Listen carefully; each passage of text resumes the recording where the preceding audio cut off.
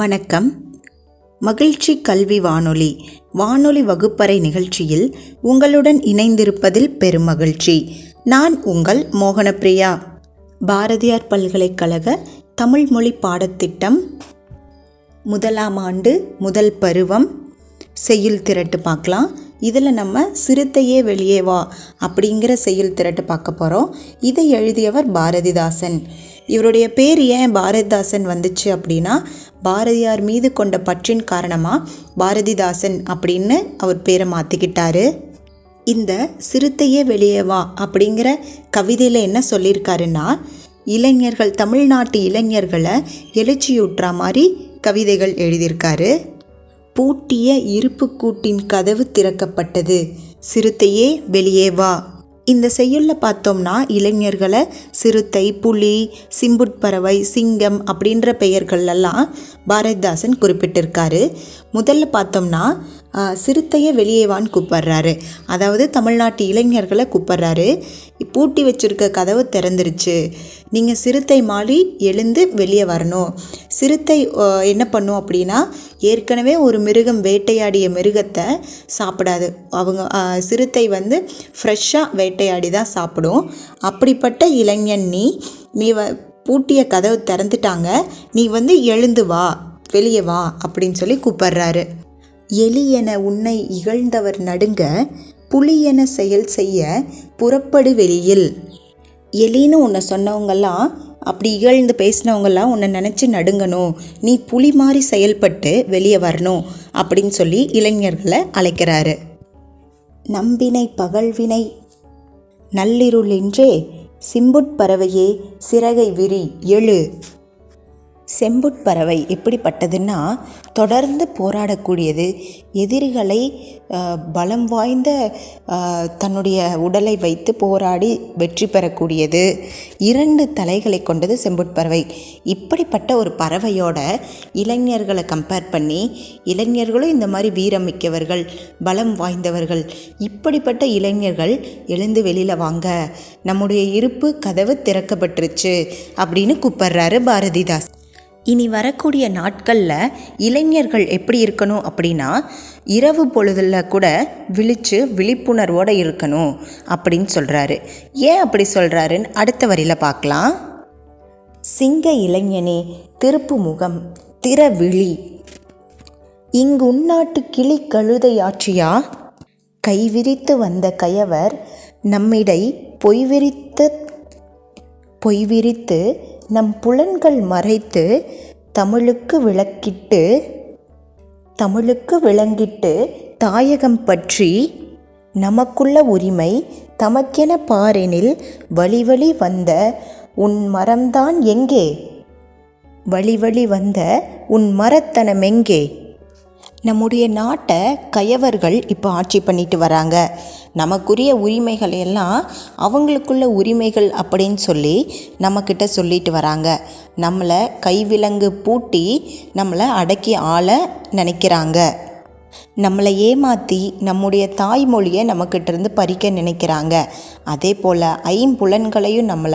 நம்மளுடைய ஐம்புலன்களையும் அடக்கி அதை மறைச்சு நம்மக்கிட்ட பல வரிகளை வசூலித்து அவங்க தன்னுடைய நாடாக நிலைநாட்ட நினைக்கிறாங்க. இப்படிப்பட்ட இவங்களை வெல்றதுக்காக இளைஞனே எழுந்து வா அப்படின்னு பாரதிதாசன் கூப்பிடுறாரு. மொழிப்பற்றெங்கே விழிப்பெற்றெழுக, இகழ்ச்சி நேர்ந்தால் இறப்போம் என்று புகழ்ச்சியே எம் பூனாம் என்றும் வையம் ஆண்ட வண்டமிழ் மரபே. இளைஞனே, நம்முடைய முன்னோர்கள் மரபு அதிகமாக வாய்ந்தவங்க. அப்படின்னா என்ன சொல்ல வர்றாருன்னா, அதிகமான வீரம் பொருந்தியவர்கள். தமிழுக்கு ஒரு கேடு விளைவிக்கிறாங்க அப்படின்னா எழுந்து போய் போராடக்கூடியவர்கள். தமிழுக்கு ஒரு இலக்கு வருது அப்படின்னா அதை எதிர்த்து போராடக்கூடிய துணிச்சல் வாய்ந்தவர்கள் நம்முடைய முன்னோர்கள். அப்படிப்பட்ட மரபில் வந்த நீ ஏன் இன்னும் போராடாமல் இருக்க? நம்முடைய தமிழை எழுந்து நிறுத்தணும். அதற்காக இளைஞனே எழுந்து வா அப்படின்னு கூப்பிட்றாரு. உன்னுடைய மரத்தனம் எங்கே போச்சு? நம்முடைய முன்னோர்கள் வழியில் வந்த நீ ஏன் இன்னும் போராடாமல் இருக்க அப்படின்னு கேட்குறாரு. கையிருப்பை காட்ட எழுந்திரு, குறிக்கும் உன் இளைஞர் கூட்டம் எங்கே? மரிக்கொணா கடல் போல் மாப்பகை மேல் வீடு. இளைஞனே, உன்னோட கையில் வீரம் இருக்குது, அதை காட்டுறதுக்காக எழுந்து வா. நம்ம அடிமைப்பட்டு இருக்கோம்.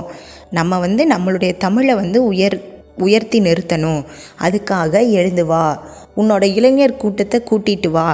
அதுதான் உன்னுடைய வீரத்தை அதிகமாக வெளிப்படுத்தக்கூடியது. நம்முடைய பகைவர்கள் கடல் போல சூழ்ந்து வந்தாலும் உன்னுடைய பலம் ஒன்று மட்டுமே போதும் அவங்கள வெல்றதுக்கு அப்படின்னு பாரதிதாசன் குறிப்பிடுறாரு. நன்மொழிக்கு விடுதலை நல்கிட எழுந்திரு.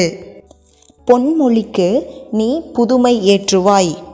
மக்களை ஒன்று சேர், வாழ்வை உயர்த்துக. கைக்குள் திறமை காட்ட எழுந்திரு. வாழ்க இளைஞனே, வாழ்க நின் கூட்டம், வாழ்க திராவிட நாடு, வாழ்க நின் வையத்து மாப்புகள் நன்றே அப்படின்னு சொல்கிறாரு. தமிழ் மொழியும் தமிழ் மக்களும் விடுதலை பெறணும் அப்படின்னு சொல்கிறாரு. பொன்மொழி போன்ற நம்முடைய மொழி புதுமையாக ஏற்றம் பெறணும். அதுக்கு இளைஞர் தான் சரியானவர்கள். அவங்க தான் இளைஞர்களே இதை கண்டு தமிழ் நாட்டையும் தமிழ் மக்களையும் எழுச்சியுற செய்ய எழுந்து வாங்க அப்படின்னு பாரதிதாசன் கூப்பிட்றாரு. உங்களோட திறமை இருக்கிறதுனால தான், உங்களுடைய வீரம் இருக்கிறதுனால தான் உங்களால் இந்த நாட்டையும் தமிழ் மக்களையும் வெல்ல முடியும் அப்படின்னு சொல்கிறாரு. இப்படி இருக்க இளைஞர்களே, நீங்கள் வாழ்க, உங்களுடைய கூட்டம் வாழ்க, திராவிட நாடு வாழ்க, நம்முடைய தமிழ் மொழி வாழ்க, இந்த வையகம் வாழ்க அப்படின்னு சொல்லி பாரதிதாசன் பாடி முடிக்கிறாரு. நம்முடைய தமிழ்நாடு தமிழ் மொழியும் ஆங்கிலேயர்கள்கிட்ட சிறைப்பட்டிருந்த நிலையில் அதை விடுதலை செய்யணும் அப்படின்ற ஒரு நோக்கத்தோடு பாடப்பட்டது தான் இந்த பாட்டு. பாரதிதாசன் எழுதிய சிறுத்தையே வெளியே வா அப்படிங்கிற செய்யுள் திரட்டை இன்றைக்கி நம்ம பார்த்தோம். இது பாரதியார் பல்கலைக்கழகத்தில் 1ஆம் ஆண்டு மாணவர்களுக்காக முதல் பருவத்தில் இடம்பெற்றிருக்க பாடல். அடுத்த பதிவில் சந்திக்கலாம். தொடர்ந்து இணைந்திருங்கள். நான் உங்கள் மோகனப்பிரியா. நன்றி.